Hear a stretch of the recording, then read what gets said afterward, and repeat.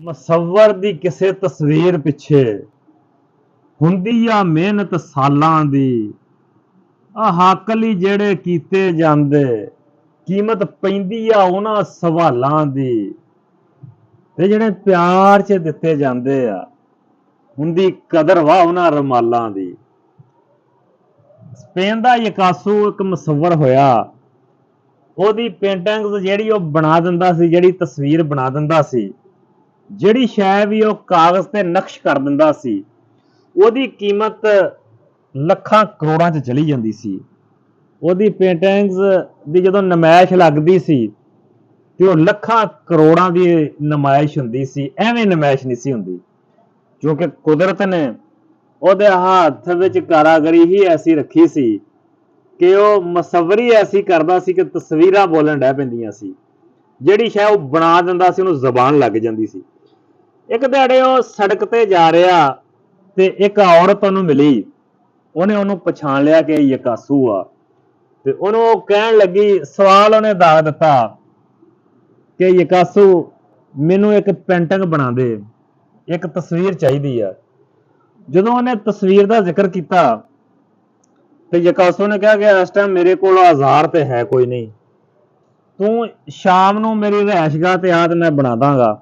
ਉਹਨੇ ਕਿਹਾ ਨਹੀਂ ਨਹੀਂ, ਮੈਨੂੰ ਤਾਂ ਹੁਣੇ ਚਾਹੀਦੀ ਹੈ ਤਸਵੀਰ, ਸ਼ਾਮ ਤੱਕ ਮੈਂ ਇੰਤਜ਼ਾਰ ਨਹੀਂ ਕਰ ਸਕਦੀ।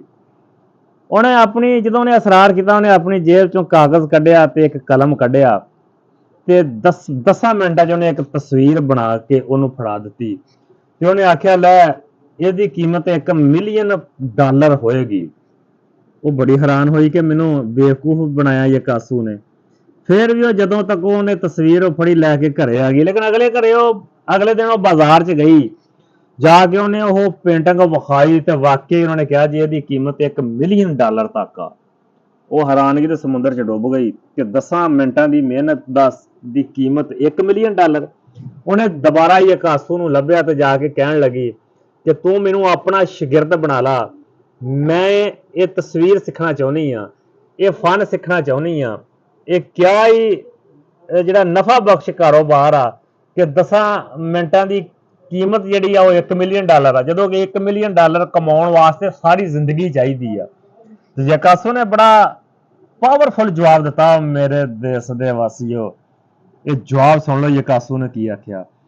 ਉਹਨੇ ਆਖਿਆ, ਅਸਲ 'ਚ ਜਿਹੜੀ 10 ਮਿੰਟਾਂ 'ਚ ਮੈਂ ਤਸਵੀਰ ਬਣਾਈ ਨਾ, ਜਿਹੜੀ ਮੁਸੱਵਰੀ ਕੀਤੀ ਆ, ਇਹ ਫਨ ਮੈਨੂੰ ਸਿੱਖਣ ਵਾਸਤੇ 30 ਸਾਲ ਦਾ ਅਰਸਾ ਲੱਗਾ। ਯਾਨੀ ਕਿ ਇਸ ਫਨ ਨੂੰ ਸਿੱਖਣ ਲਈ ਮੈਂ 30 ਸਾਲ ਆਪਣੀ ਜ਼ਿੰਦਗੀ ਦੇ ਦਿੱਤੇ ਆ। ਤੇ ਅਗਰ ਤੂੰ ਸਿੱਖਣਾ ਚਾਹੁੰਦੀ ਆ ਤੇ ਤੈਨੂੰ 40 ਸਾਲ ਲੱਗਣਗੇ ਅਮਲ ਸਿੱਖਣ ਵਾਸਤੇ, ਤੇ 40 ਸਾਲਾਂ ਦੇ ਬਾਅਦ ਤੂੰ ਵੇਖ ਲੈ ਕਿਹੜੀ ਸਟੇਜ ਤੇ ਚਲੇ ਜਾਏਂਗੀ। ਉਹ ਮੇਰੇ ਦੇਸ਼ ਦੇ ਵਾਸੀਓ, ਅਸੀਂ ਕਦੀ ਕਦੀ ਕਿਸੇ ਦਾ ਇੱਕ ਲੰਮੇ ਦਾ ਅਮਲ ਵੇਖਦੇ ਆ ਕਿ ਇਹਦੀ ਇੰਨੀ ਕੀਮਤ ਪੈ ਗਈ ਆ, ਉਹਦੇ ਪਿੱਛੇ ਹਿਸਟਰੀ ਭੁੱਲ ਜਾਂਦੇ ਆ ਕਿ ਇਹਨੂੰ ਕਿੰਨੇ ਸਾਲ ਲੱਗੇ ਇੱਥੇ ਤੱਕ ਪਹੁੰਚਣ ਵਾਸਤੇ। ਆਪਣੇ ਉਸਤਾਦ ਦਾ ਲੈਕਚਰ 40 ਮਿੰਟ ਦਾ ਸੁਣਨ ਤੋਂ ਬਾਅਦ ਤੁਸੀਂ ਇਹਨੇ ਕਿ 2.5 ਲੱਖ 3 ਲੱਖ ਤਨਖਾਹ ਵਾ, ਲੇਕਿਨ ਉਹ 40 ਮਿੰਟ ਦਾ ਜਿਹੜਾ ਲੈਕਚਰ ਤਿਆਰ ਕਰਨਾ ਉਹਦੇ ਵਾਸਤੇ ਹੋ ਸਕਦਾ ਉਹਨੂੰ 40 ਸਾਲ ਲੱਗੇ ਹੋਣ। ਇਹ ਗੱਲਾਂ ਸੋਚਣ ਵਾਲੀਆਂ ਵਾ, ਸਮਝਣ ਵਾਲੀਆਂ ਵਾ। ਫਨ ਐਵੇਂ ਨਹੀਂ ਲੱਭ ਜਾਂਦਾ, ਕੀਮਤ ਫਨ ਦੀ ਹੁੰਦੀ ਆ। ਇਹਦੇ ਵਾਸਤੇ ਫਨਕਾਰ ਨੇ ਉਹਦੇ ਵਾਸਤੇ ਪਿੱਛੇ ਆਪਣੀ ਜ਼ਿੰਦਗੀ ਦਾ ਹਿੱਸਾ ਦਿੱਤਾ ਹੁੰਦਾ ਵਾ। ਤੇ ਉਹ ਬੀਬੀ ਵਾਪਸ ਚਲੇ ਗਈ, ਉਹਨੇ ਹਾਮੀ ਨਹੀਂ ਭਰੀ ਕਿ ਮੈਂ ਫਨ ਸਿੱਖਣਾ ਵਾ। ਇੱਕ ਜ਼ਿੰਦਗੀ ਲੰਘ ਜਾਂਦੀ ਹੈ।